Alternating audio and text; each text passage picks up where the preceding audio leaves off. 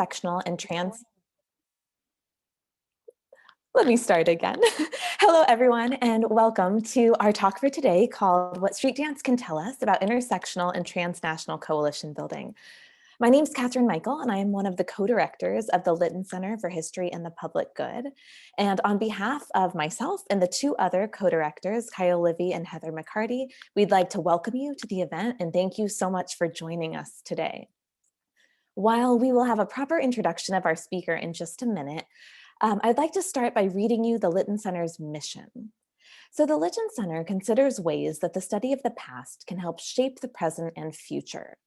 Our mission is to inspire the Ohlone community to work for the public good through programming focused on access, equity, inclusion, justice, and service.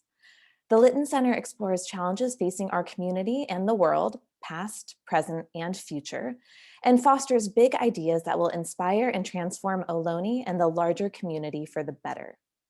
Through training, programming, and capacity building, the Litton Center empowers students to advocate for a just and equitable world.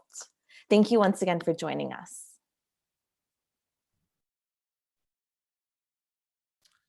Hello, my name is Dr. Kyle Livy. I am a professor of history at Ohlone College and co-director of the Litton Center for History and the Public Good. It's my honor to introduce Dr. Imani Johnson. Dr. Johnson is Assistant Professor of Critical Dance Studies at UC Riverside. She has attended UC Berkeley, where she earned her bachelor's degree in English and economics, I believe, New York University, where she earned her master's degree in Africana Studies, and the University of Southern California, where she earned her PhD in American Studies and Ethnicity. Dr. Johnson is an interdisciplinary scholar whose research focuses on African diasporic ritual cultures, hip-hop dance in global circulation, and the intersections of race, nation, and gender. Her forthcoming book, Dark Matter and Breaking Ciphers, Africanist Aesthetics in Global Hip-Hop, is on breaking ciphers and their epistemological possibilities, will be published by Oxford University Press. Through an examination of Africanist aesthetics within hip-hop, and specifically breaking culture, this book looks to the ritual dance circle, the cipher, to illuminate the layers of political, cultural, and spiritual understanding embedded in the practice. Using the physics metaphor of dark matter, the book addresses the histories of exclusion, marginalization, and invisibilization that fundamentally shape the aesthetic sensibilities of b-boying culture, and the ways that such aesthetics inform the current circulation of hip-hop dance transnationally. She has published articles in Dance Research Journal, Women in Performance, and the Cambridge Companion to Hip Hop, and is co-editor with Dr. Mary Fogarty of the forthcoming book, The Oxford Handbook on Hip Hop Dance Studies. Dr. Johnson is also the founder and conference chair of the Show and Prove Hip Hop Studies Conference Series. Again, it's our honor here at the Litton Center to welcome Dr. Imani Johnson. Hello, all. Thank you for having me. Kyle's a friend of mine, and this was a lovely invitation to share some aspects of my work with students. And I'm nervous, so that's just me working through that.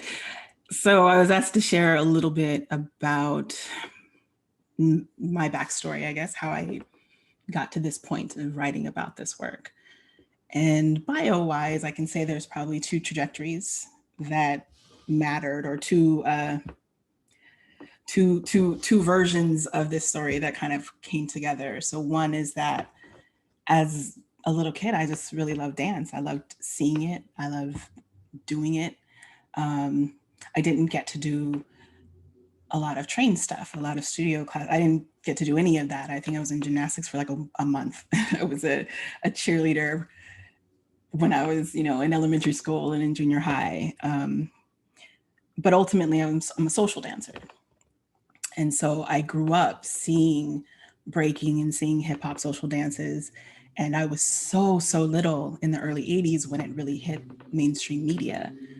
So I didn't get to really fully participate. I always wanted to learn breaking, but I grew up in the Bay Area. So that's, I was much more exposed to popping and locking and funk styles out of California. So breaking was something that at like 5 or 6 years old, seemed like the coolest thing ever, and I can practice by myself, but I didn't have a community to kind of introduce me to that. And then just as I got older, I got nerd tendencies. I was a very good student, but ultimately school was where I really found a sense of myself, and pursuing research invigorated me in ways that I didn't anticipate.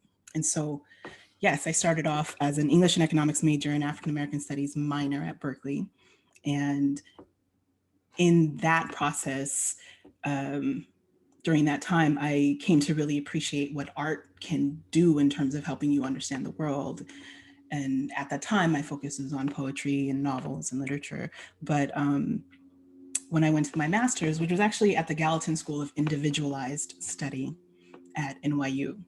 So technically my degree is in individualized study, but I focused on Afro-Caribbean and African-American literature and history, because I was interested then in a fuller understanding of the historical context that informed the artistic production.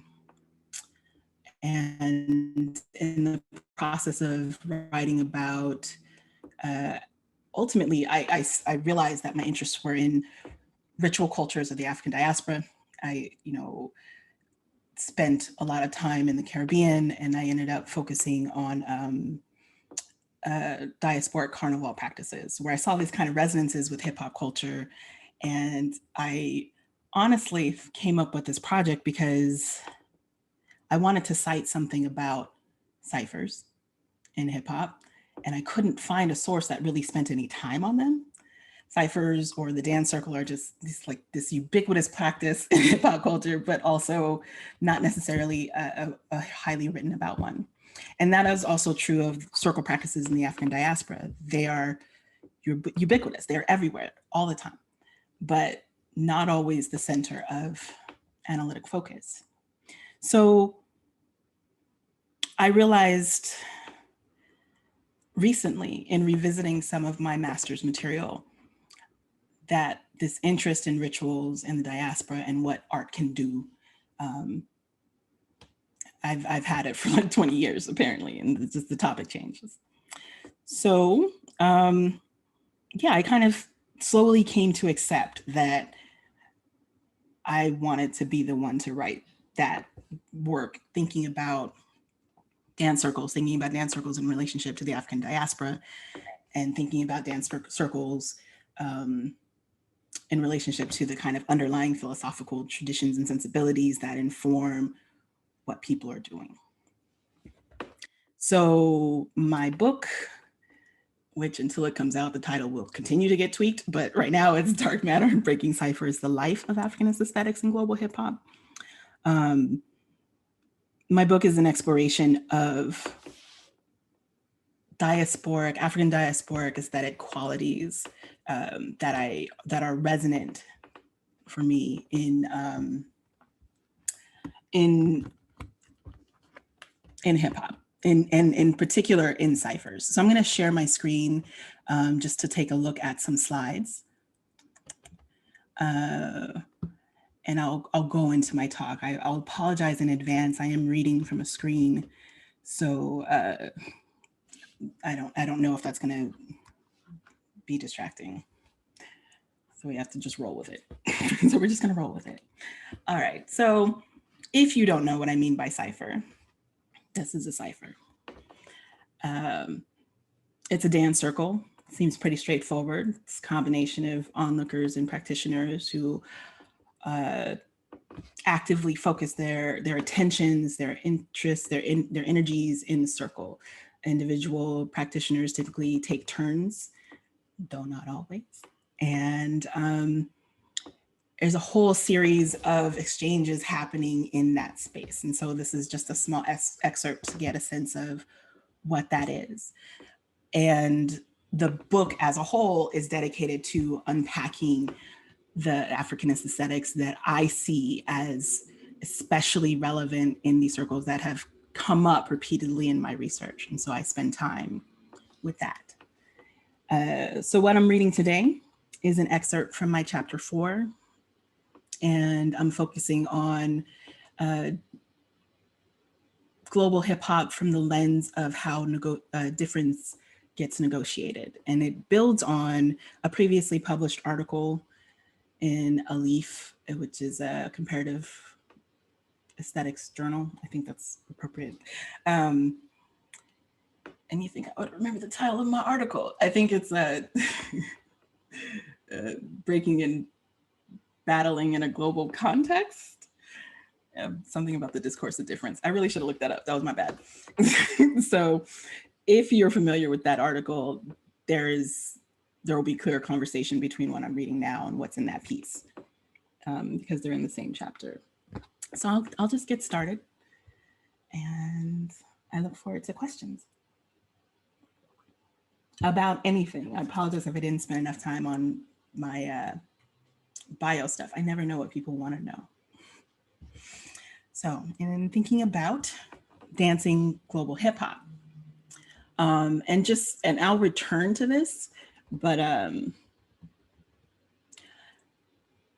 this is a list of the Africanist aesthetics in the Americas that are particularly relevant to ciphers. And this is a list that I've been developing over the past long time, over a decade, and pulling from sources of all sorts. And I'll return to it later as I look at specific qualities noted here. So ciphers resonate with or are interpreted within the context of already present traditions that bridge hip hop to new cultural terrains through salient points of overlap between the two, which is to say, as we enter into talking about dancing global hip hop, what repeats are stories of people getting introduced to hip hop, but also recognizing what's happening in the cipher by way of their own kind of cultural orientations. So for example, in the documentary by V. Bravo and Laura Limbaugh titled Estilo Hip Hop, is that right? Yes. MC Guerrero cites a connection between rhyming couplets and Chilean poetry traditions and hip hop, not only to explain his connections to hip hop, but also to deepen a Chilean approach to it. A similar sentiment was expressed in another documentary by Benj Beings titled Mongolian Bling, wherein an epic song vocalist feels that Mongolian practices of, quote, intellectual debates avoiding physically fighting already existed in Mongolia among the young and old people, with challenges like, and this is a direct quote, "Do you have the bladder to attack me?" He goes on to say that, quote, "If you improvise and enrich those expressions with beats and modern instruments and call that hip hop, then I'm 100% sure that the hip hop originated in Mongolia from traditional culture." Historical inaccuracy aside, what he recognizes in his own culture resonated with what he could recognize in the local expressions of hip hop culture in Mongolia.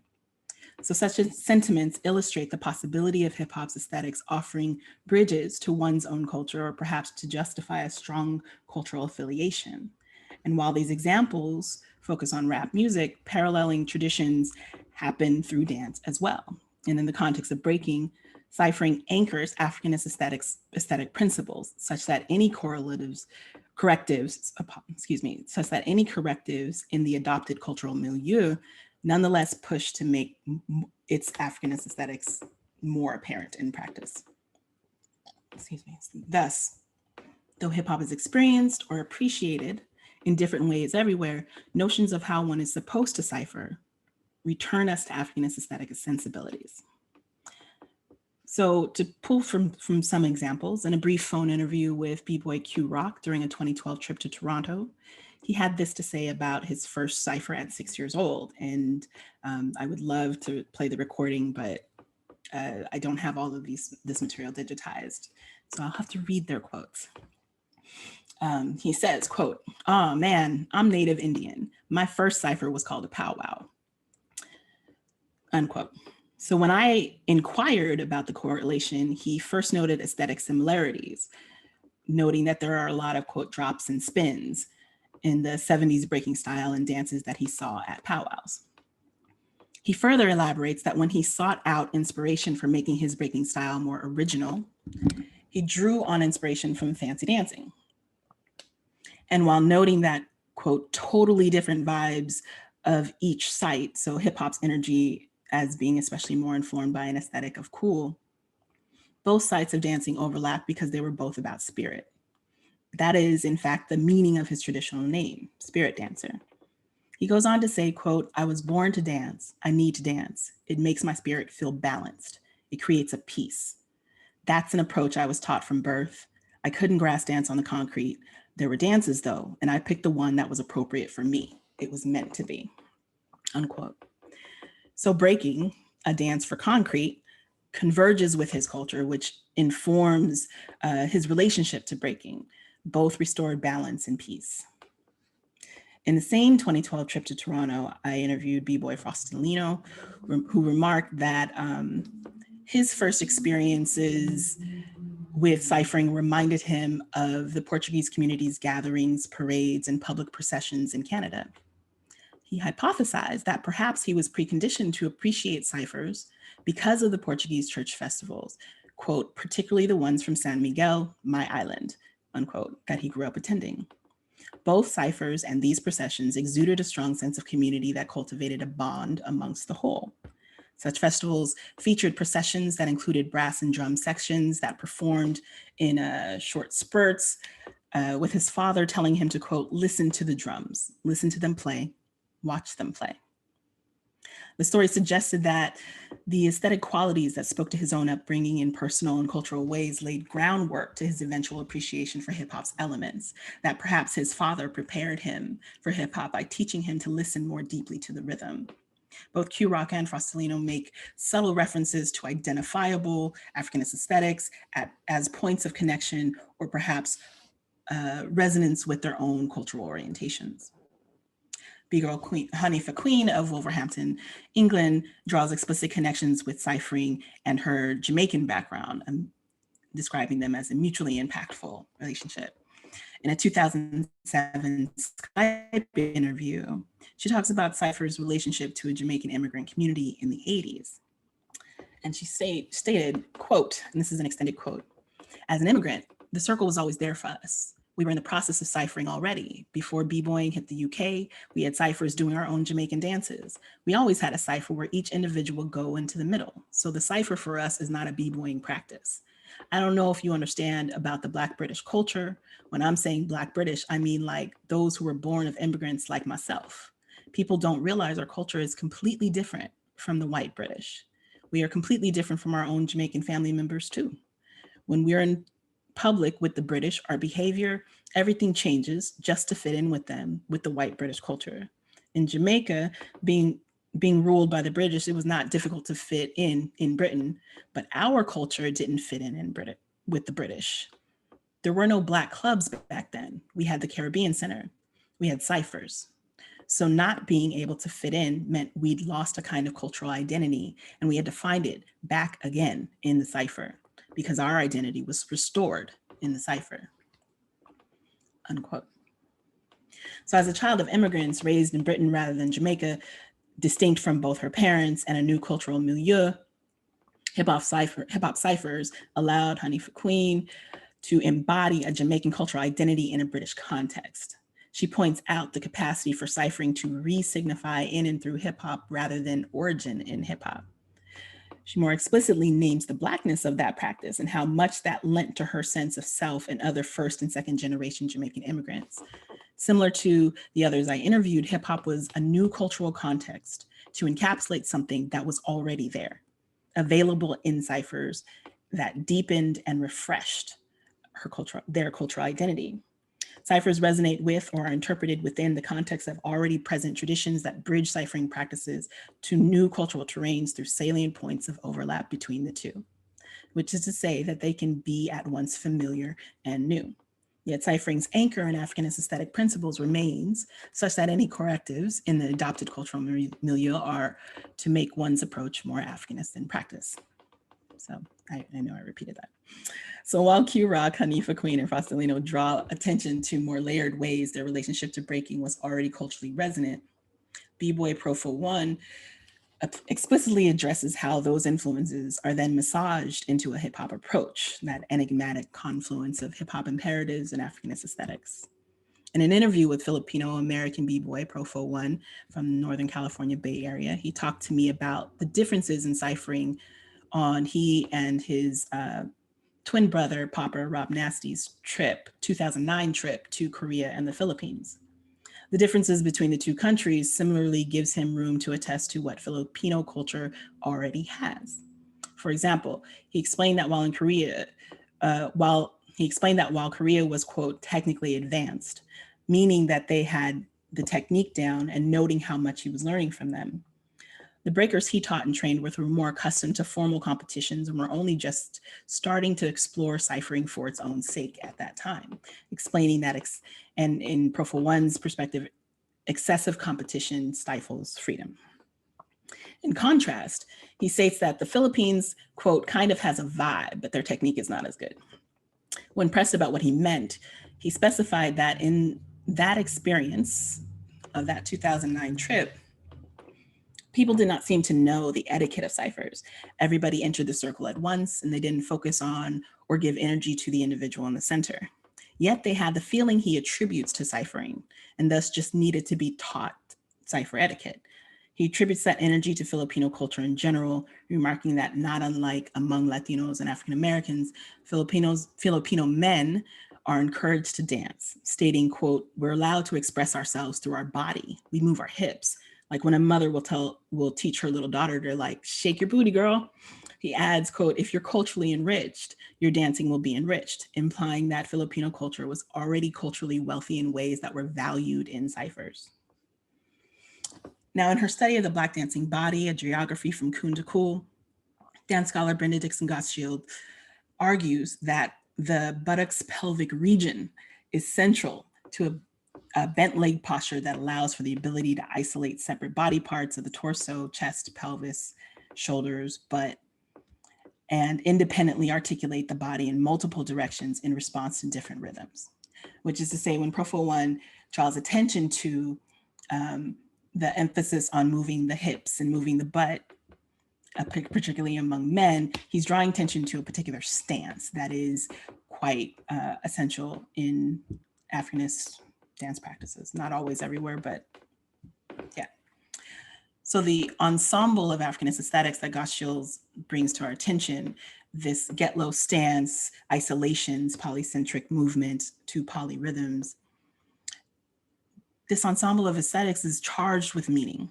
For one, that combination draws a quote, and this is from Gottschild as well, draws attention to the pelvis, abdominals, breasts, and buttocks, which by Europeanist custom and tradition, if not stereotyping, suggest our animal nature, unquote. It gets read as obscene or crudely hypersexual rather than powerful. And while there are certainly contemporary examples like twerking of dances that emphasize that region of the body, Africanist social dances that emphasize that region of the body, though that type of movement, you know, we can trace back over 100 years, well over.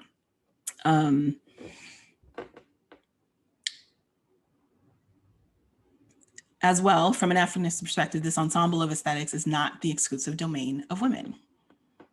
In fact, Gottschild writes, a man's masculinity is enhanced by his flexibility and capability on the dance floor. Profo One voices a similar sentiment, asking and answering, why are men bad dancers? Because we're too macho to move our bodies. He goes on to say that for Filipino men, though, these lessons in dancing happened alongside being suave, a smooth talker, and romantic, connoting that booty shaking in this context signifies masculine virility rather than a feminized or queer expression. Understanding breaking in a global context, though, through ciphers means recognizing that it can manifest differently in different places and can be misunderstood or understood based on those differences, yet still hold the implicit promise to dance one's freedom, at least momentarily. Profo One refers to breaking as a tool for freedom or a tool to freedom versus the pressure to conform that he associated with East Asian cultures in general and Korea in particular. Freedom is a recurring theme in his interview, though he begins to suggest that it is conditional. So he states, and this is a slightly longer quote, B-boying is a tool to freedom, just like house dancing is a tool to freedom. All of these dances are tools for freedom, but we forget that they're tools. And then what we tend to do is go, this tool is written in law. And that's when our minds become like this. And he kind of clasps his hands to think about them as closed. And continue on, he says, and to me, that's what competitions kind of do. A cipher, like I said, it's starting to transcend that. But it takes the right type of mind, the right type of attitude to understand that transcendentness or the transition to that spiritual freedom. You know what I mean? Unquote. Ciphering the right way and with the right mindset is not meant to be read as conforming or limiting the practice, but is instead a means to open up its inherent possibilities. In contrast to the structured and goal-driven nature of competitions, ciphers are distinct because they provide the means for moving toward spiritual freedom, liberatory feelings, and extra-phenomenal experiences that I discussed earlier in the book. Transcendence is not a state in and of itself, but a possibility one moves toward or in the direction of. So understanding ciphering as a global diasporic practice means recognizing how Africanist aesthetics, whether physically, energetically, or culturally resonant, anchors hip hop to traditions that precede it. It can manifest differently in different places. That's a repeat too. The cipher is a locus of a multitude of cultural encounters experienced as a cipher's energy exchange. Each encounter allows us to imagine the global as a set of possibilities for radical community belonging in distinct moments of dancing together. Lost my place, there we go. Lessons in ciphering tend to make it more Africanist. You enter it through a culturally familiar approach while simultaneously learning hip hop's Africanist aesthetics and their distinct epistemologies. Ciphers stage these encounters as a form of practice or restorative creativity. In so doing, they create worlds unto themselves, worlds wherein folks are as tied together by what they share as they are distinct in feeling how special or particular that connection is. Now, the circle can become a world, its own world, one that stages interactions between tradition and the new, between culture and differences, and between individual and community. Ciphers are social spaces that teach practitioners how to participate in them alongside lessons in social value with Africanist aesthetics as essential ingredients to hip hop's global reach. Ciphering's Africanist aesthetics are attentive to a sensibility. Ciphers are attentive to a sensibility. I think I skipped something. I'm going to go back. Ciphers are social spaces that teach practitioners how to participate in them alongside lessons in social value. Cipherings of Africanist aesthetics are attentive to a sensibility that gives primacy to interactive practices that blur the philosophical demarcations between the individual and collective. Their world-making elements continually bring individuality back to the collective, another feature of its Africanist aesthetics. Or as religious studies scholar Ashan Crawley puts it, the grounding wires of Black social dancing is nothing other than Black sociality. Returning to the chart, I meant to double up this slide and I didn't. So returning to this chart, that should have been what I was looking at next. And its organization in 3 parts. So you see there's conversational elements, there's dance elements, there's spiritual elements that I have noted there, that these categories are interactive and they overlap. Any given item on the chart connects to and operationalizes others throughout the chart. So as I said before, something like a get low stance allows for your movement centers to accommodate multiple to have multiple centers to accommodate polyrhythms. And we see elements of that in the dance elements as well as the conversational elements. I wanted to draw attention to the conversational elements in particular because they're fundamentally social. This doesn't mean that the individual expression is less meaningful, but that it is contextually meaningful. On the surface, hip hop seems to overdetermine individual distinction in competitive formats. Yet there is also a balanced tension between individual and community. Even the value placed on being able to dance to the beat speaks to the ability to participate in a polyrhythmic environment where participation requires deep listening and feeling in order to be in sync with the collective. Therein lies its possibilities, which have direct bearing on how we can understand hip hop's capacity for world making. So I'll return to the other slide and introduce this. So hip hop's capacity for world making is a term that captures how expressive practices can be tools to make worlds. Though not about hip hop's globality, world making does make global hip hop possible. Its world making capacities makes global hip hop possible. Performance studies anthropologist Doreen Kondo, performance anthropologist Doreen Kondo examines world making in her book, World Making, Race, Performance, and the Work of Creativity. She looks at how theater performances can, quote, make, unmake, and remake worlds through a critical use of tools of its genre.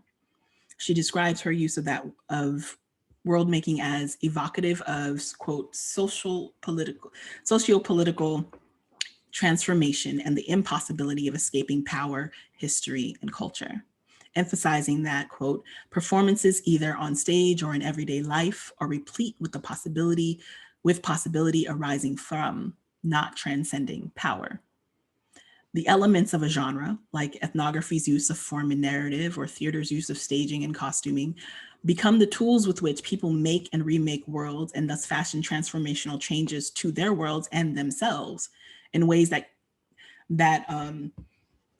cannot escape structures of power and actually become when she says that they arise from, that they're engaging with those structures through these world-making practices. So Kondo's appeal to theater's elements reminds me that Cyphering's Africanist aesthetics have similar capacities, as I think of them as elements of form of the practice.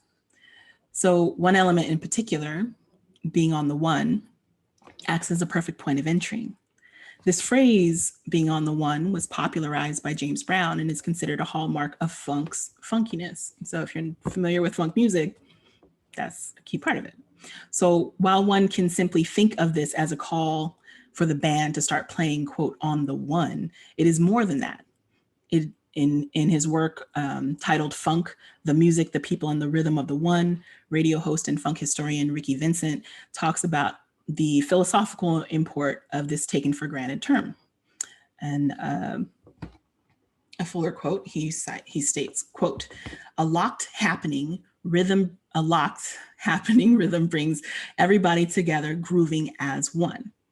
Ultimately, to be on the one, the musical performance is not only emphasizing an ancient rhythmic pattern, it is emphasizing the essential openness toward all participants to the groove. Locked, yet fluid, when everything is on the one, a harmony among all people is achieved. When George Clinton is heard chanting on stage, on the one, everybody on the one, he isn't trying to get the band on beat. They are already there.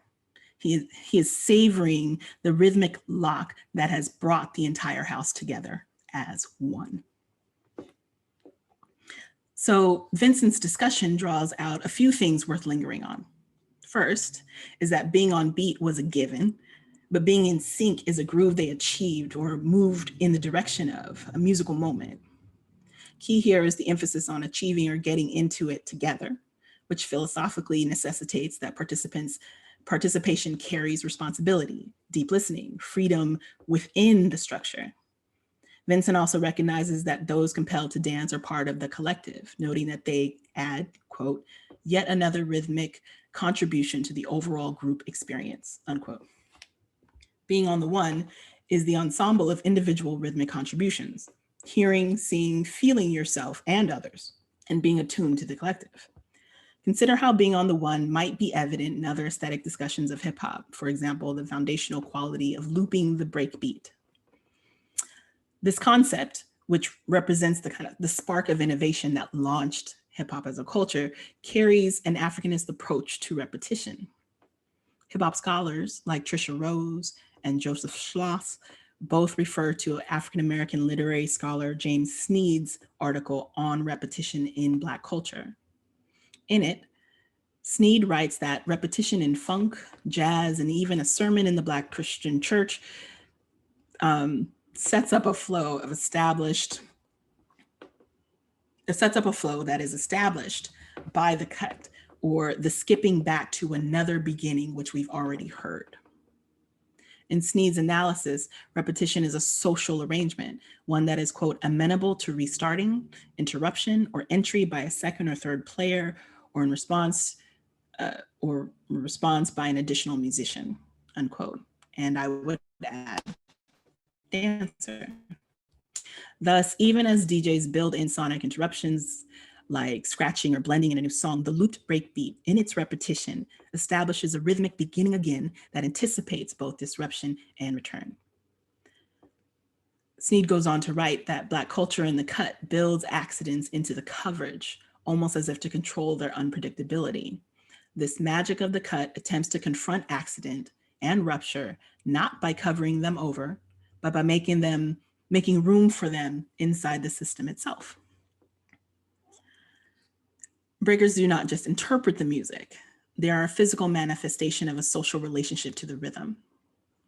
Being on the one as breakers means negotiating this type of dynamic terrain when accident and disruption are part of the whole, knowing and anticipating where the beat will fall again, anticipating the cut to play with it, around it, under it, and come back into its flow. Other Africanist aesthetics like improvisation and original innovation reinforce a practice of playing with and against the rhythm on terms of one's own while remaining on the one. I correlate the anticipation of addition, disruption, and accident as a dimension of a philosophy that sees the collective not as a homogeneous group, but instead as a heterogeneous mix that puts difference to work as a way of expanding self. Rather than a colloquial refrain in a particular musical genre, to be on the one is an aesthetic philosophy about the individual and the collective in relation, and echoes Ralph Ellison's articulation of a similar sentiment in his 1952 novel, Invisible Man. In the novel's final pages, he writes, quote, "Our fate is to become one and yet many." Oh, sorry, that was the Vincent. I don't remember all my slides. So that's the Vincent if you're wanted to make reference to the book. And here we are with Ellison. So I'll read this again. In the novel's final pages, Ellison writes, quote, "Our fate is to become one and yet many. This is not prophecy, but description." This idea ends Ellison's work as the titular character who has improvised a life and underground existence contemplates a return above ground because, quote, "There's a possibility that even an invisible man has a socially responsible role to play," unquote. In an analysis of this concluding line in his book, In the Break, Aesthetics of the Black Radical Tradition, poet and performance studies scholar Fred Moten focuses on the interplay between the individual and the collective as a variation on the interplay between difference and universality, noting that a certain understanding of totality is given as a possibility in the improvisatory break.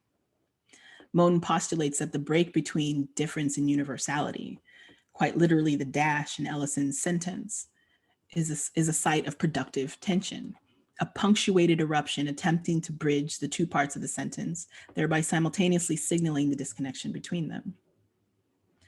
For me, to become one and yet many requires that one take part, take some sort of action. Ellison's character, who struggles with the hypervisibility of Blackness that renders him invisible, gifts him with this final insight. It's a revelation, right? To extend this analysis one step further, then, his final insight can be read as an expression of or realization of his double consciousness, a term coined in 1903 by W.E.B. Du Bois. In other words, on the one, as an expression of becoming one and yet many, captures a sensibility of enacting through musical and danced play lessons from life behind the veil. To be clear, double consciousness is not simply some kind of shrouded existence or obstructed view of seeing and being seen.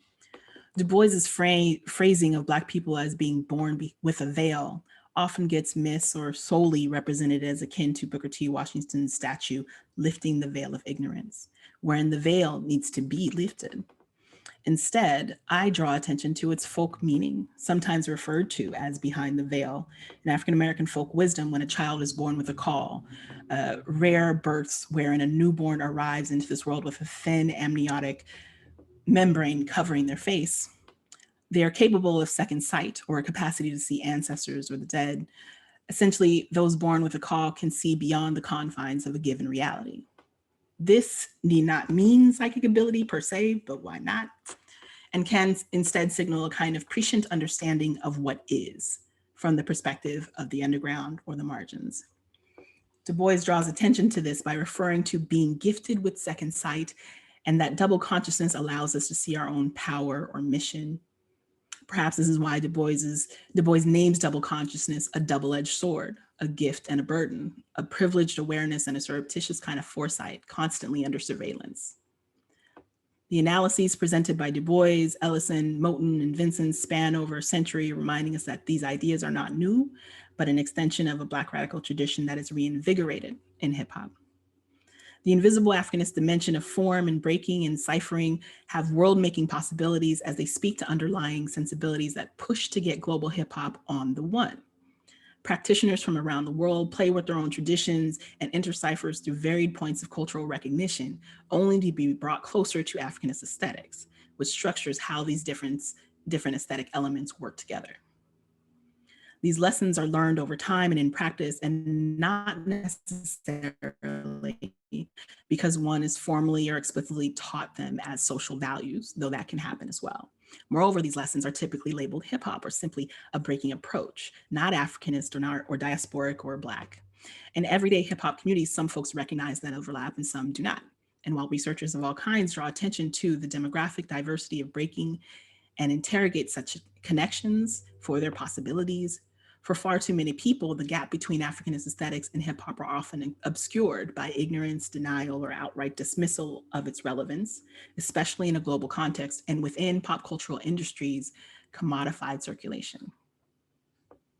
So theories of a heightened connection in and through hip hop get at its possibilities, and scholars have attempted to name this phenomenon. Raya El-Zain's article on Arab rap, Call and Response, Radical Belonging, and Arabic Hip Hop in the West proposes a concept, radical belonging, as quote, a way of understanding horizontal networking, multitudinous communitas, and the articulation of hybrid identities that this cultural production generates. The promise of this is not in the desire to transcend difference, but the recognition of differences that become foundational to something shared, to a radical belonging. Dance scholar Halif Osmari offers a formulation of the global in global hip hop through its relationships to Black aesthetics. And I really do feel like I'm kind of continuing work that she started in her book, Africanist Aesthetics and Global Hip Hop Power Moves. So her concept, connective marginalities, is key for my work. She posits that global hip hop is in part a political, cultural identity connecting people through their oppressions and struggles. She defines her concept of connective marginalities as, quote, social resonances between Black expressive culture within its contextual political history and similar dynamics in other nations. Connections or resonances can take the form of culture itself, class, historical oppression, or simply the discursive construction of youth as peripheral social status, unquote. Ultimately, Osmari looks at the ways that people recognize each other's struggles through the symbols and practices of hip hop culture, which is to say Black expressive cultures, and uses them as shared language to address their own sites of struggle. Connective marginalities does not mean that marginalities are experienced the same across history and place, but that hip hop acts as a site for mutual recognition, a plane upon which shared experiences of the dynamics of power and the personalized and localized ways in which it gets experienced. The counterpart to Osmari's consideration of connective marginalities is her discussion of the intercultural body and its multiple forms of influence. She offers this, and I'll quote at length, in true Africanist expressive style, it is the collective energy of the circle to which each individual has contributed that is evaluated as success or failure.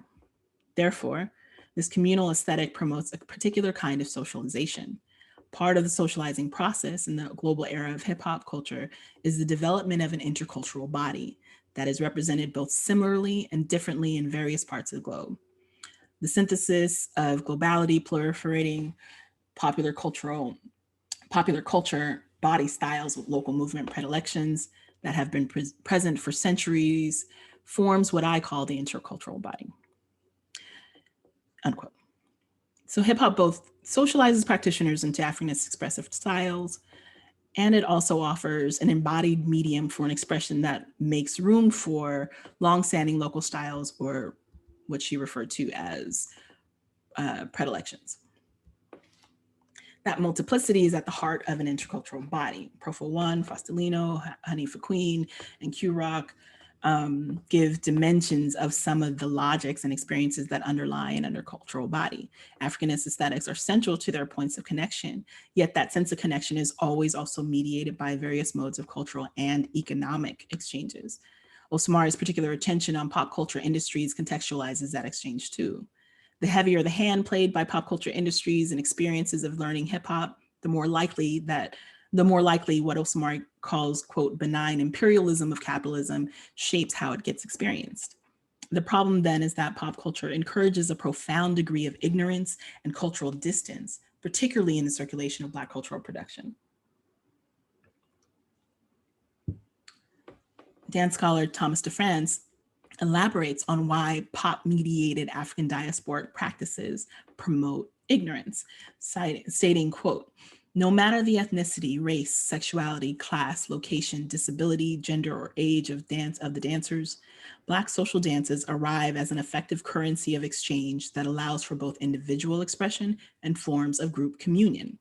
Contemporary neoliberal currents of exchange push African-American social dance forms to global audiences with a forcefulness that evacuates their aesthetic imperatives of regularized, community-based physical expression toward terms of engagement that allow it to absorb participants who have no sustained contact with the corporeal fact of Black people in the world. Black cultural production and dance in particular circulate along paths made possible by American cultural hegemony in a global marketplace, and furthered by neoliberal capitalist interests that exploit the wealth-creating capacities of Blackness, though never to the benefit or freedom of racially subjugated classes. Put differently, the international scope of breaking sets a stage for more heightened forms of cultural appropriation, with no accountability to or responsibility for those who created the forms. DeFrance makes clear that as a commodity rather than culture, one is encouraged to dissociate Black dance from historical, social, and aesthetic context for the sake of its exchangeability. Osamari's concern about the benign imperialism, sorry, I keep seeing mad typos in my thing, so I have to correct them. Osamari's concept about the benign imperialism of pop culture supports DeFrance's point. Black expressive cultures like hip hop street dances also circulate in service of US hegemony in the world. Such circulations haunt the utopic desire for global hip hop to just be, to exist outside of the troubling problematic of the US as a colonial power that also delivers its authority by way of soft political maneuvers like dance. DeFrance's attention on the political economic roots carved out by neoliberalism and alongside its appropriation of the language of freedom.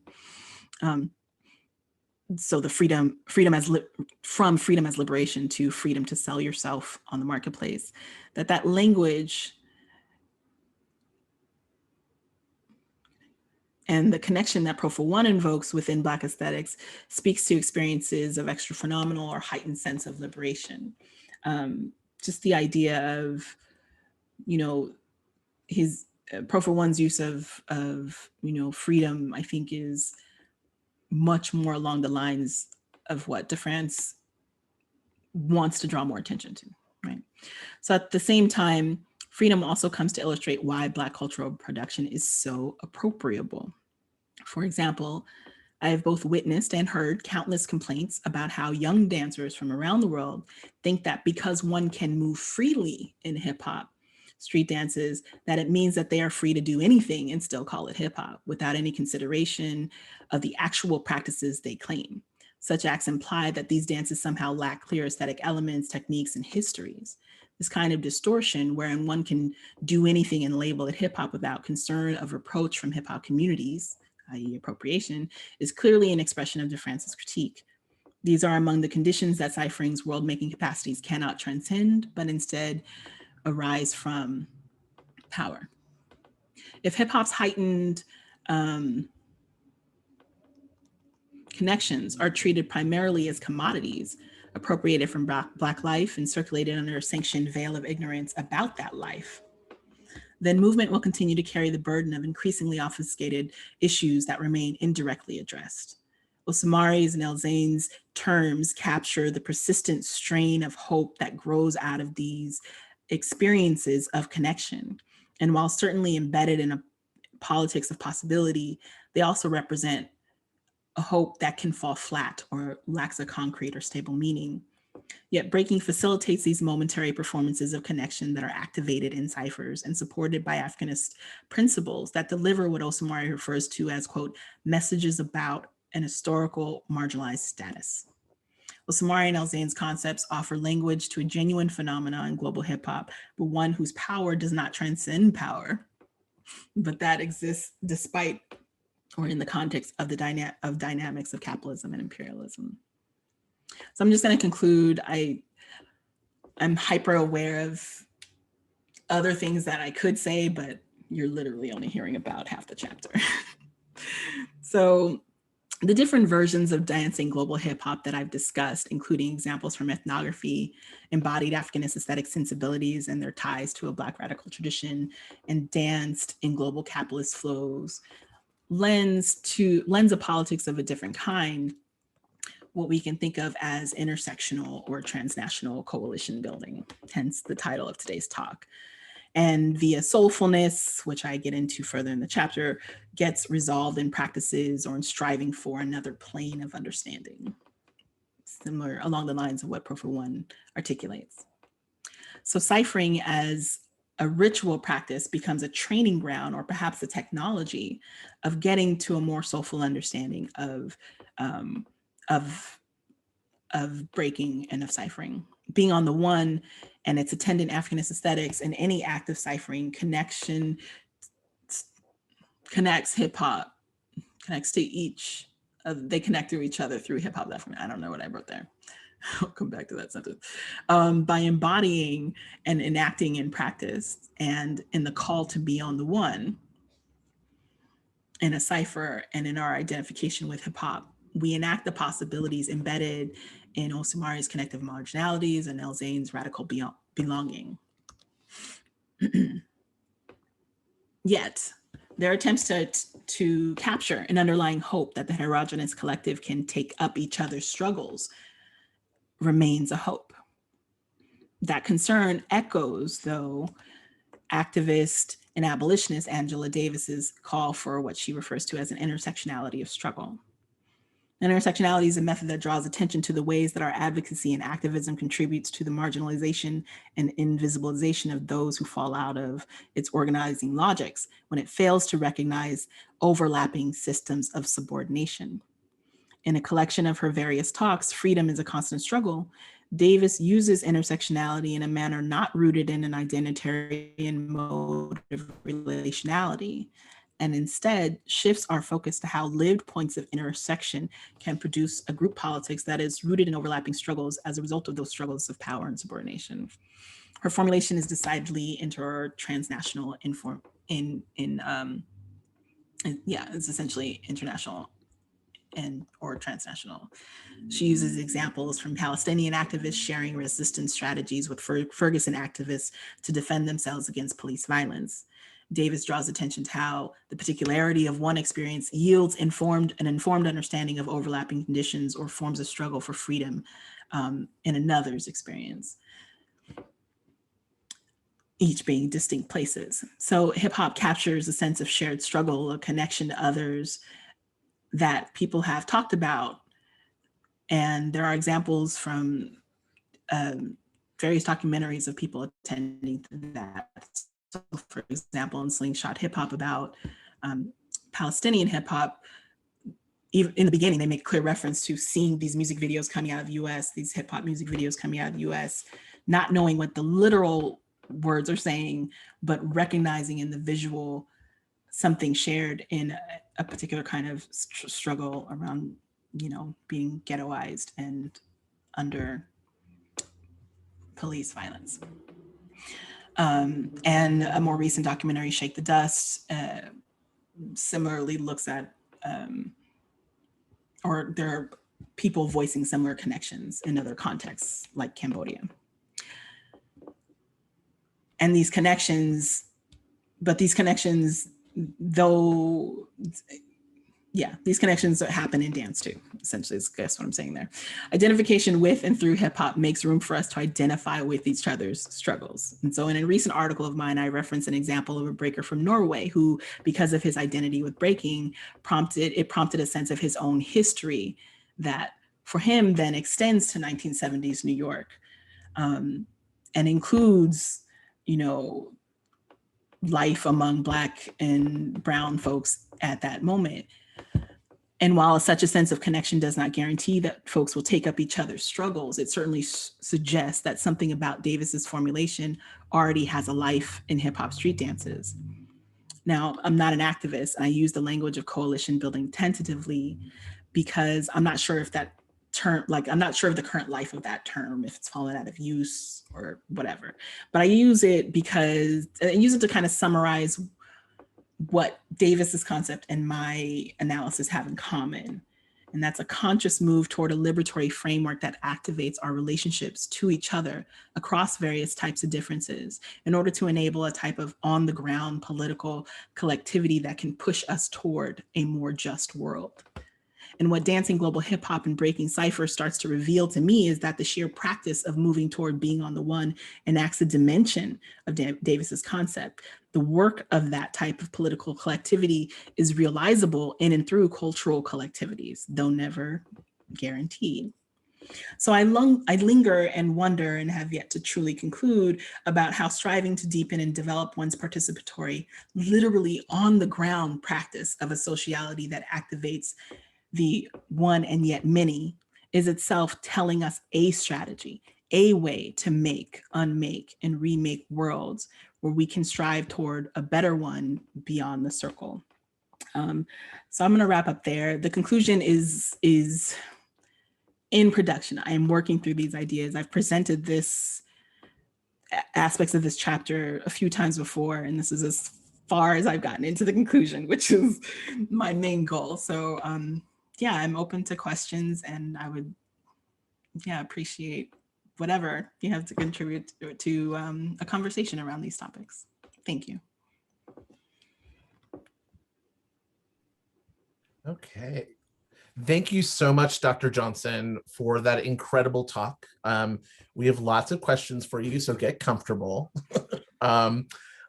This is Kyle Livy again, and I'm really excited to share questions with you. If you have a question, don't hesitate to use our Q&A feature. It's located at the bottom of your screen, or you can send an email, and our email address is littencenter@ohlone.edu, and that's actually in the chat as well, if you need help spelling it out. We have lots of great questions, so we're very excited. I'm going to start with an easy question in 3 parts. I'm just kidding. Actually, it kind of speaks to something you were saying as you were wrapping up, is that this is part of a work in progress. You're actually finishing writing a book manuscript. Being a writer is a big part of being an academic, and this is something we've spent a lot of time talking about, I know. And my question, to kind of start us off to get the conversation going, is to ask you a little bit about how you face challenges or struggles as a writer. Because we have so many folks in our audience today, some really great friends of the Lytton Center and Ohlone College, people from all across the country who are listening to this as well. And they're thinking about their craft, their writing. A lot of our students are thinking about their writing and professions that are associated with writing. So maybe you can speak to how you address challenges and struggles with being a writer. Oh, yeah, to start with the hard question. Kyle and I used to be writing tutors together in undergrad. So often my challenges of writing are when I fall out of communication and community with people who are also writing. Writing with others is central for me to get over those humps, those moments where I can't actually get the words out. Because to be able to check in briefly as you're doing something and have a 5-minute conversation with what you're struggling with, forcing yourself to say it out loud starts to give language to the thing that holds me up. So I think I'm probably most focused on those moments where I'm held up and I need to be in community to get through. And that becomes like a very purposeful step under sheltering conditions. Like I can't just go to a cafe and run into my people and we can write and then have a drink afterwards. I actually have to actively make it happen here. And I know that last year was really, really hard to write, not like both because, things were bananas and concentrating for a chunk of time was like, why? Like I needed 15 minutes, that was enough. But I realized, especially as someone who's single, I have a roommate, but otherwise my literal circle of people, my bubble is at this point, other than my roommate, one other person. I couldn't assume that was just available to me and I didn't have it. And it was a real blow to my writing process. So at the very least, there's just one, being in conversation with people who have your back, with friends who can remind you, you're not a dumbass, you can do this. These are ideas you've had. These are things you've actually said out loud, and then just put that on the page. We've had, Kyle and I give each other that speech regularly. Like it's just the thing that you might have to remind yourself, or someone can remind you that you can do this. That doesn't mean it won't suck.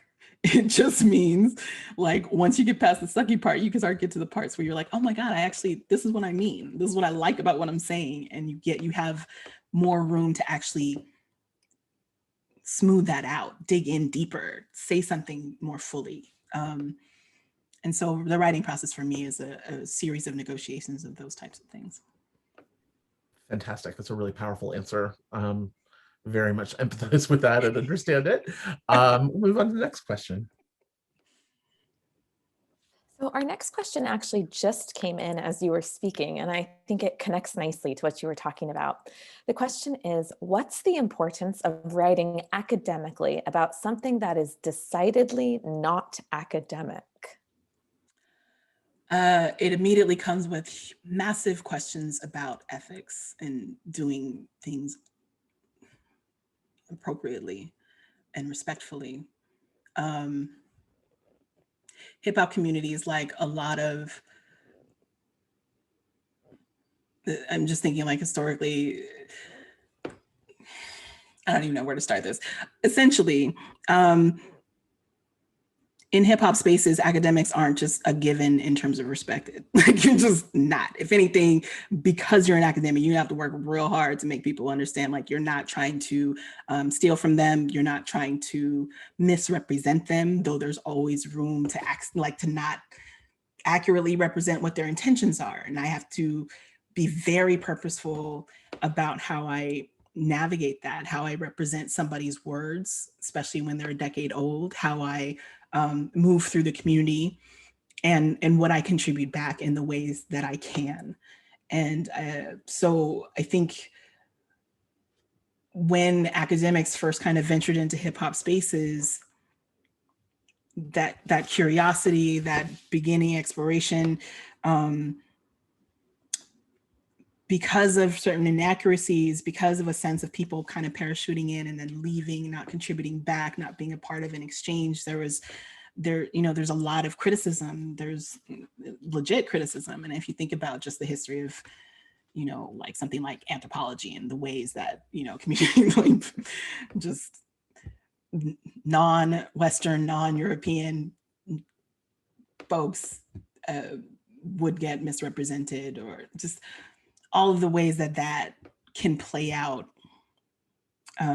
We're carrying that. Academics entering those spaces carry that baggage, carry that history, even if that's not you. So that's a hard thing to negotiate, and it doesn't go away. And you develop interpersonal relationships, but as like a general community thing, it's not like everybody loves academics. So there's that. And I feel like I'm missing a little bit of what the original question was, but yeah,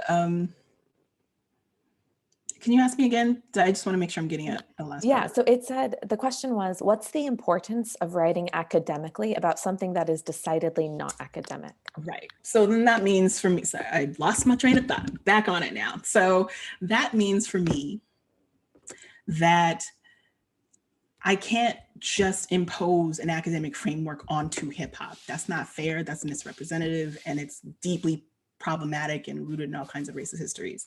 I'm gonna try really hard not to curse too much.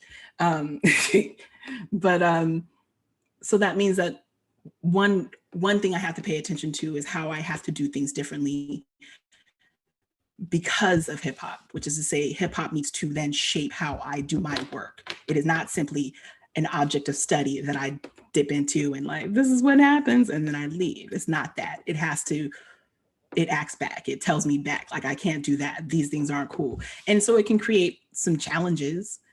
One example is that, you have to get institutional review board approval for like research that involves other humans. So I have to tell the IRB office, I'm doing this, this, and this.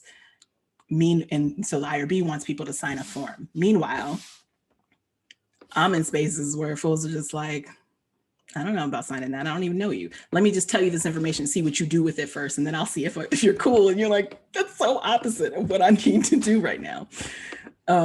So the academic, writing about it academically, you just have to keep it in perspective. And negotiating multiple audiences is probably the biggest challenge of that for me, trying to write in ways that is still appreciated and legible to practitioners, and getting at some of the deeper theoretical implications that scholars want to hear. I don't always successfully do that well.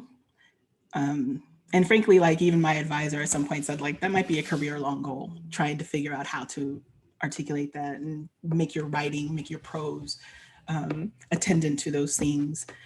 So it's a thing I'm working on. Yeah, it's a thing I'm working on. Thank you. Thanks for your answer. Great. Thanks so much for talking a little bit about that writing process piece. The next question actually focuses a little bit more on your research piece. And the question is, while doing your research, what was the most difficult aspect of it? And what was the easiest? I mean, the easiest was that it was fun. So going back to my intro, like just my beginning information, the 6-year-old in me was hyped. Like, I'm all right, I'm breaking. Like, this is the coolest thing.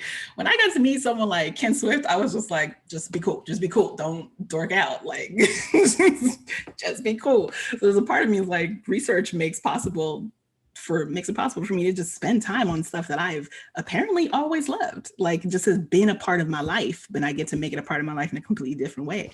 I get to go to breaking events as research. I get to go to after parties as research. Gotta be there. That's where they're talking and doing stuff. So I gotta be there. So that was lovely. The hard part is, okay, so one, I think at the beginning of this research, I am and remain an introvert. I don't enjoy the process of meeting new people. And so to be an ethnographer who has to roll up on strangers and ask them to tell, for them to tell you your life story for no compensation was deeply scary. It was uncomfortable. There were multiple times where people were like, no. And I was like, okay. And I just like went away and had to like regroup and just, so a lot of my informants are people who were just cool. They were nice, they were receptive. You smiled at me and I asked the question, we're friends now. We're doing this. You're part of the project. So the difficulty was really like following through on that in a way that, I have to, it required a lot of change, a lot of adjustment, a lot of learning and getting things wrong and being embarrassed and regrouping and moving forward and not, you don't have a choice. I can get all ego about it, but then my research is going to suffer. So I had to deal.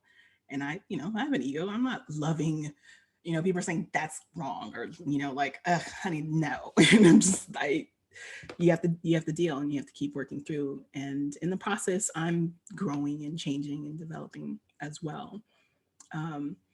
So it ends up being a beautiful thing, but I'll tell you for a fact, when this project idea first came up, my thought was, that sounds awesome as a second project after 10 years. Like, I'm not doing that. I don't know anybody. why would I do that? And then in graduate school, you know, people are constantly asking, what's your dissertation going to be on? What's your dissertation going to be on? And I couldn't come up with a project that I would want, and I was interested in beyond one semester, except for this project. And it scared the hell out of me because I didn't know anybody. I didn't know how to start. It scared me. And then I've over time learned and realized that if a project scares me, that's probably a sign that that's where I need to focus my attentions. My second project scared me. It took me years to accept it as a project because I was like, I don't want to do that. I don't know how to do that. And you have to kind of just get over that and learn how to do that.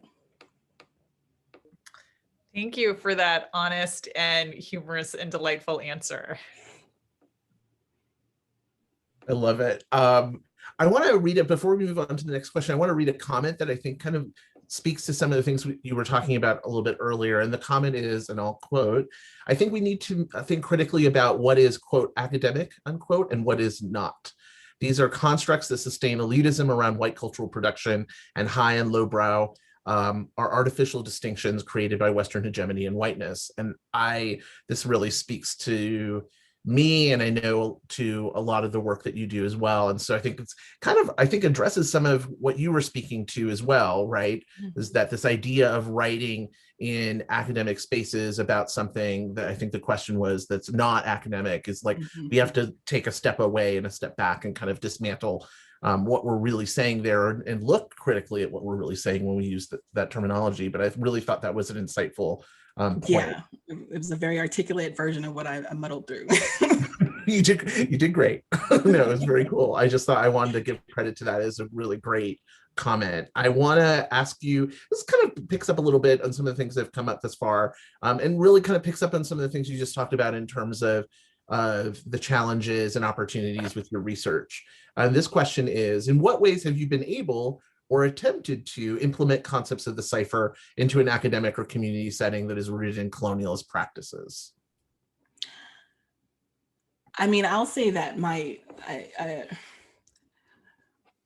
I've dabbled in engaging the cipher. I'm in my classes. While I'm in a dance department, I don't teach dance making. I'm not a practitioner. I teach dance studies courses. So I think for folks that I know and students that I know who are teaching, say, hip hop, and other kinds of dance practices, they're very purposeful about, a number of them are purposeful about activating the cipher, both literally and conceptually, as a pedagogical tool. And I think in my classroom experience, it has been, I guess I've been a more hesitant around saying that's exactly what I'm doing, because what I can do in those spaces is it feels very different from a cipher. So I'm cautious about using that term, but I'm explicit with my students about all that one can understand through ciphering and trying to kind of pull on some of that in the context of class. So for example, I created a class on the dance department's books called Hip Hop Dance, Collectivity, and Change. So a lecture-based hip hop dance class. And I rooted it around collectivity as a way of thinking about like these qualities of ciphers that can lend themselves to even how we approach talking about hip hop's history. The tendency is to talk about the key, particularly male figures and what they did, which is not in and of itself a problem that I have, but that narrative of hip hop's history is also very much about like just this unnamed collectivity of people. You think about what I was talking about looping and really like Kool Herc recognizing that everybody's getting down to the breaks, and actually what happens if we isolate the break and repeat it so that people can dance that part longer, you know, that part where everybody's getting down, that if you extend that, what happens? Well, that's not only about what the individual recognized, that was about what the collectivity was doing. That realization comes from what the collectivity was doing already. And so something like that shifts how I organize the course. encouraging groups or crews and encouraging time where it's just open forum for discussion for people to kind of contribute to something in that kind of space. You know, they're like cipher qualities, but I'm gingerly figuring out how to make that meaningful in a classroom setting, and just purposeful about engaging students in ways that bring them back to the kinds of lessons that one can learn in a social dance setting, that one can learn in a ritual dance setting, and valuing that and encouraging them to bring their own insights into the classroom space as their own contribution to a kind of cipher. And so, yeah, I guess that's off the top of my head how I would answer that question. Thank you. Great. Okay, I have the pleasure of the next question. The Profile 1 quotes that you selected beautifully highlighted the ways in which masculinity and femininity are constructed, and as such, vary around the globe. How do you think this connects to Osamari's idea of connective marginalities based on shared recognition? I mean, what I love about connective marginalities is it doesn't specify or determine where those points of identification are located. It just acknowledges that they happen, and they happen through different, on different paths. So in that moment, I think that Profile 1 drew attention to an idea that persists, like men don't dance or shouldn't dance, or it's feminized if they dance, and especially if they're moving their hips and their butt. And that's, you know, very true in the US. It's not true everywhere, obviously. And he's stating quite explicitly, it's not true for me in the Philippines. He was saying he didn't grow up with that. And he didn't grow up with that as being a transgressive act. It was what you do, is what you expected to do, is what smooth dudes do. Like, it's just a quality you have.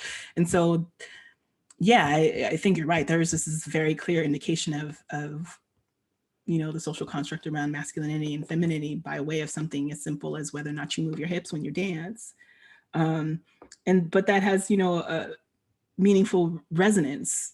So when he's articulating a distinction between the Philippines and Korea, one of the things he points out is that because that movement, particularly like that butt out, hips moving movement, gets read as hypersexual and, you know, is you know, not meant for public display, that's where he sees a point of I guess, for lack of a better word, struggle, and connects to and recognizes that struggle and recognizes what he's doing as contending with that, and deepening an understanding of the kinds of differences that see that particular struggle, not as a given, not, you know, not as an always true universal thing, but particular, and informed by sensibilities that far exceed hip hop. So yeah, I should be writing these questions down because I start to lose my train of thought, but essentially that, yeah, that to me, connective marginalities is a term that recognizes or attempts to kind of capture precisely those moments of seeing in someone else a thing you've also experienced, that you see is that hip hop kind of illuminates, that just by virtue of participating in breaking becomes more evident. So that your relationship to other people across, say, national borders or differences in language and gender and age and nationality, that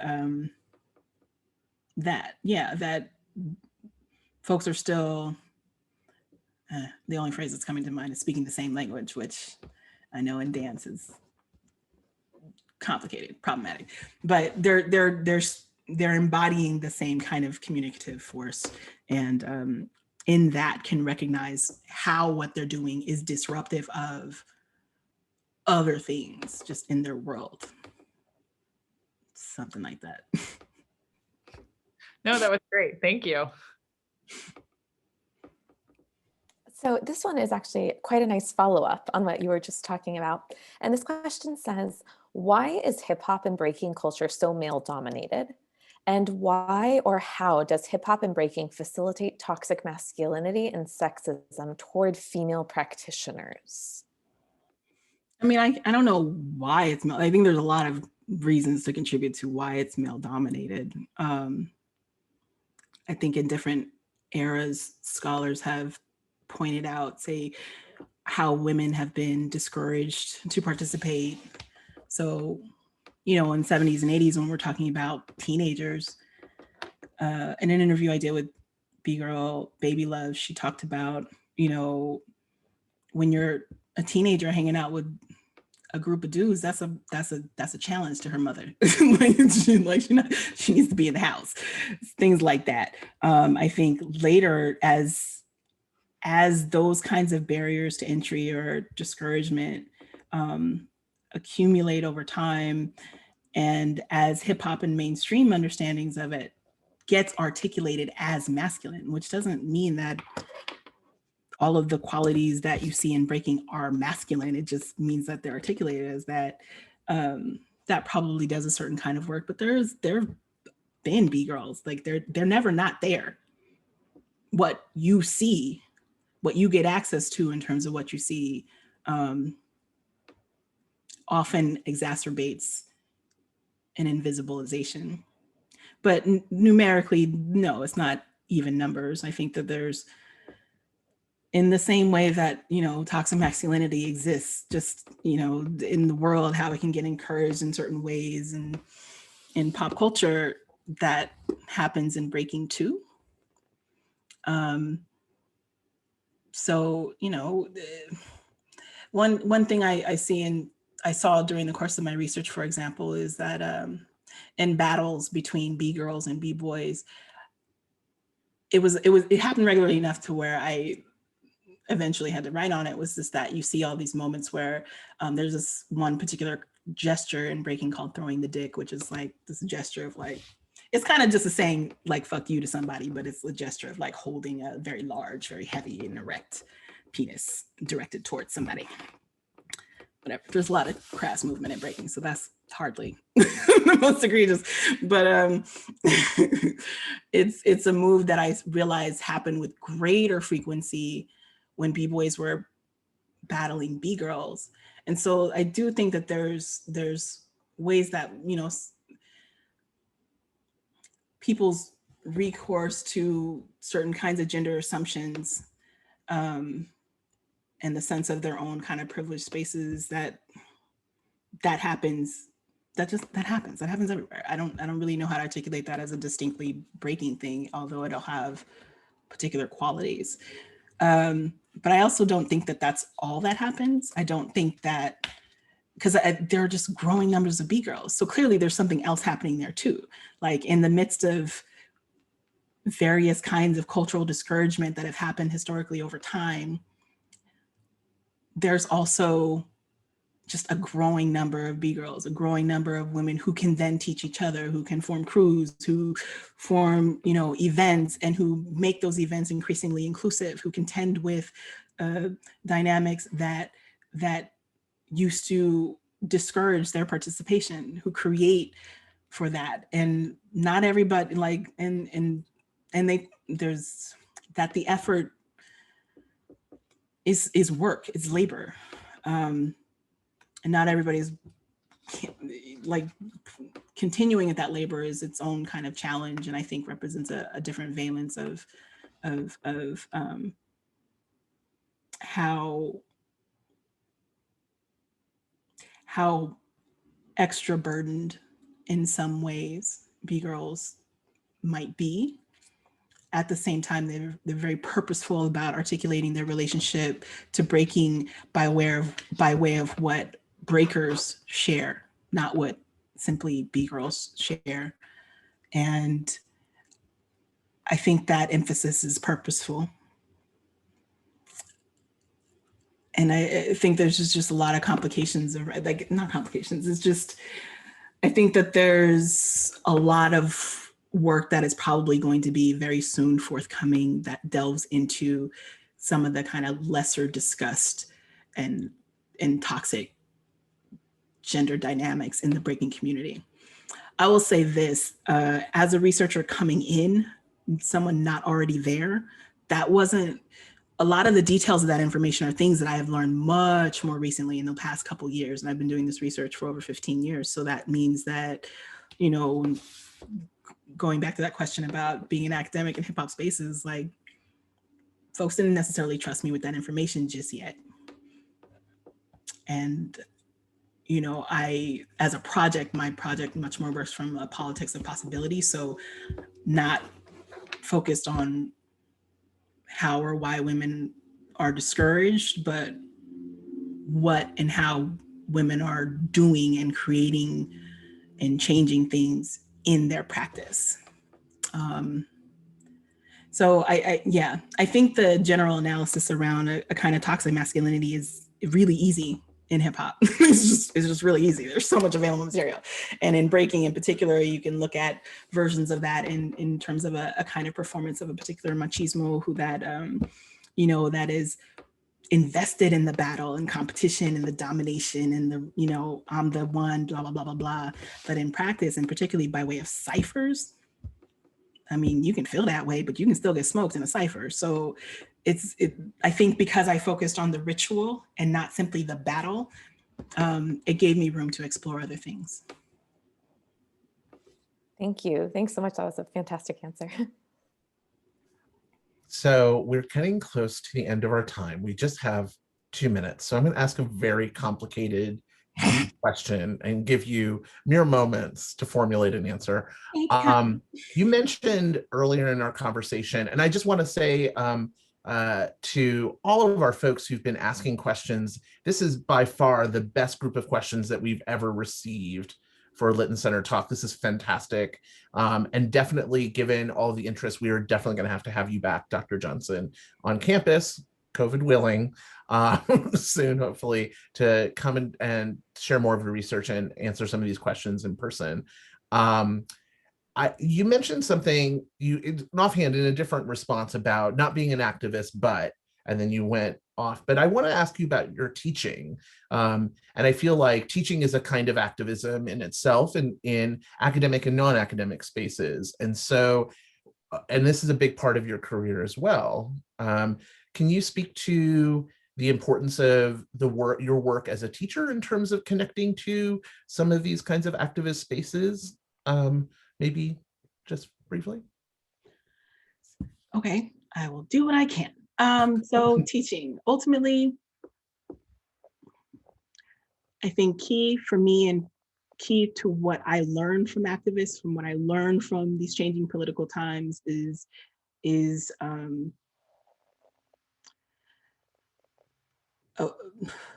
one, really just kind of respectfully dealing with folks in the best way you can, like respectfully and ethically dealing with people on terms that that are, for lack of another word is not coming to mind. It's probably my general lack of sleep, but like humane. So, and accepting that means that I don't always know how to attend to everybody's needs. That means I have to freaking listen and pay attention and respect what folks have to say. So when trans folks say like, this is really problematic, I have to listen and respect that. I can't just be all defensive, like, well, I'm the professor and I'm like, whatever, that's not necessary. You know, if I have students who are like massive anxiety issues and I can't talk today, okay, I respect that. You know, throw a question in the chat, or, you know, I'll read your question, but send me something so your participation can look a different way. It means being flexible. It means that as much as possible, I try to be transparent about what my experience has been in academia and what my experience is professionally, what my experience is in education, what I think they're missing or lacking, and why I'm doing a thing. So I've really, over time, especially in teaching undergrads, it's been learning not to perform scholar, not to perform professor, but to just be a person in the room in a room of other people who also have kinds of expertise and insight that I don't have, that have experiences that I don't understand, and that those things matter to our collective learning, and not just telling you stuff that you take in and regurgitate. We're having a conversation about how to be in the world differently, how to create a better world. You matter to that. You're part of that. And so if you're in my class, I am increasingly purposeful in my pedagogy to make sure that that's at the center. And that learning means that we have to be vulnerable with each other, which means we have to be respectful and responsible to one another. And if anything, those are the small ways that I try to enact the kinds of things I was talking about in this talk in the classroom. And then that students are further armed by at least my transparency, something, you know, especially something like grad students where you're just like, let me explain to you how this worked for me. Because so much of learning is still like foolishly wrapped up in a, you'll figure it out as you do it, versus I can just tell you what I've learned, what I've heard from other people, what I think might be useful, and then also leave room for you to step into that on your terms, because that, you know, you're also, it's not about you doing exactly what I say either. And so that would be how in a classroom setting I try to make sure that these politics that I espouse, that I see in practice, that I respect from abolitionists, yes, but from activists in general. I try to take that in as best as possible and figure out how to make that as beneficial to students as possible. Thank you so much. It's been a privilege and a joy to have you join us today. Before we close out, I want to make sure that people are able to mark their calendars for our next event, which takes place on April 20th. That's a Tuesday from 2 to 3:30 p.m. And this is a talk by Joshua Moon Johnson from American River College titled "At the Intersections, Race, Religion, and Sexuality Intertwined." And this is actually based on one of his books that is tied to some memoir. So we're really excited to have him join us. So definitely make a note of it. You can see the link at the bottom of this flyer, which should be on your screen right now, which will allow you to register and join, but definitely mark your calendars for that. And there'll be more information coming out about that really shortly. Again, I want to thank Dr. Johnson for joining us today. This is a unique pleasure for me. I am a huge admirer of your work and really excited to have an opportunity through the Lytton Center for all of us to be able to have you share your work, and we look forward to having you join us again in the future. But on behalf of me, Dr. Catherine Michael, and Dr. Heather McCarty, my fellow co-directors of the Lytton Center, we want to thank you again and thank our wonderful audience today, our huge group of folks who've come out to join us from all across the country to hear your work, including Dr. Johnson. It looks like a few of your students. It's kind of cool seeing in the questions, which is really great. And a lot of our students here at Ohlone and throughout the Bay Area and the United States. So thank you again, and thank you to all those folks who joined us. We're going to wrap up, and we will see you in our next talk. Thank you.